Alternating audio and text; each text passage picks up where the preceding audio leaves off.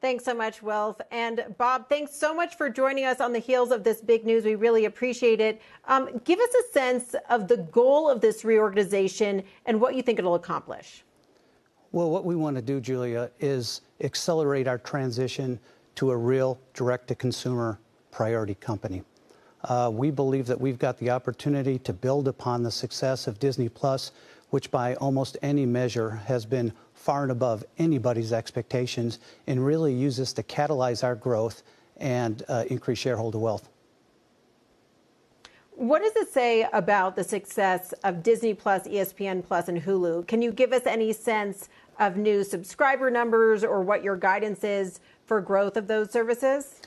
Well, I can't provide any guidance on future numbers, but what I can say is that in every territory, for every platform, our expectations have been exceeded and exceeded every month. So we're thrilled with the way it's going, and we just think that this reorganization is going to catalyze growth even further. Well, we hope we will get some new Disney Plus numbers when you report your earnings. But one question we have is, we've seen the acceleration of a lot of trends due to COVID, more streaming, obviously movie theaters are shut down. How much of this change and this reorg is really a response to what is happening because of COVID and what has changed over the past 6 months?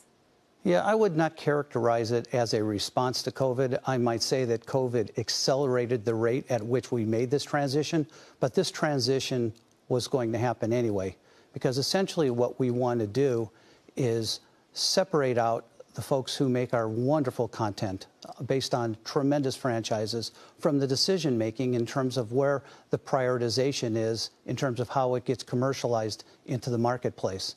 And what we want to do is leave it to a group of folks who can really see objectively across all the constituents that we have, the various different considerations that we've got, and make the optimal decision for the company, as opposed to somehow having it be predetermined that a movie is destined for theaters or that a TV show is destined for ABC. So really what we want to do is provide some level of objectivity and really make it a decision that benefits the overall company and its shareholders. Now, what's interesting is this new division, which will be run by Kareem Daniel, is going to be responsible for deciding what goes to these businesses that you've had long-term relationships with. So that's the TV bundle, what's going to go on TV versus digital, and what's going to go into theaters versus digital. And the digital is really Disney Plus. What message are you sending to your partners, to the cable distributors, and to the theaters about how much more important Disney Plus is than your relationships with them? I think what it says is that we're putting the consumer first, Julia. The consumer is actually going to be who's going to make this decision. They're going to lead us with the way that they make their transactional decisions. And right now they're voting with their pocketbooks, and they're voting very heavily towards Disney Plus. And so what we want to do is make sure that we're going the way that the consumers want us to go.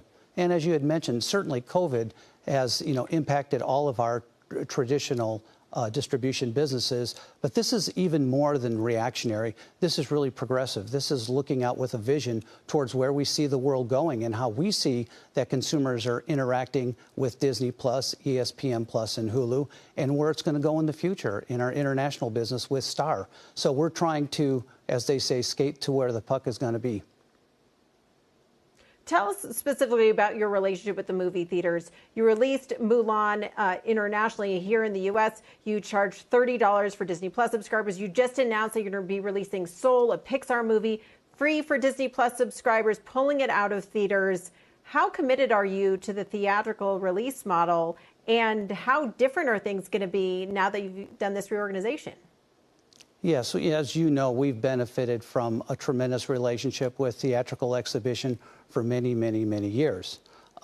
As dynamics change in the marketplace, though, we want to make sure that we're giving consumers who want to go to theaters to experience everything that a theatrical release can give them. We want to make sure that we continue to give them that option. But at the same time, there's a lot of consumers that want to experience a movie in the safety, comfort, and convenience of their own home for whatever reasons they do.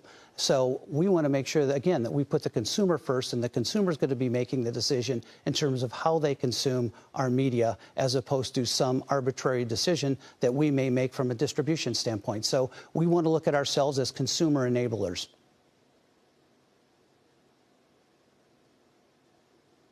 fewer films in theaters? Does it mean you're going to want to do something more like the day and date releases, or that Universal experimented with, or the 17-day window that Universal agreed on with AMC? What does the future of theatrical look like then?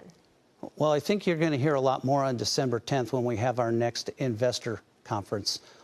We plan to share a lot more details in terms of how this strategy and how this reorganization then translates into business actions. And so I look forward to sharing a lot more on December 10th.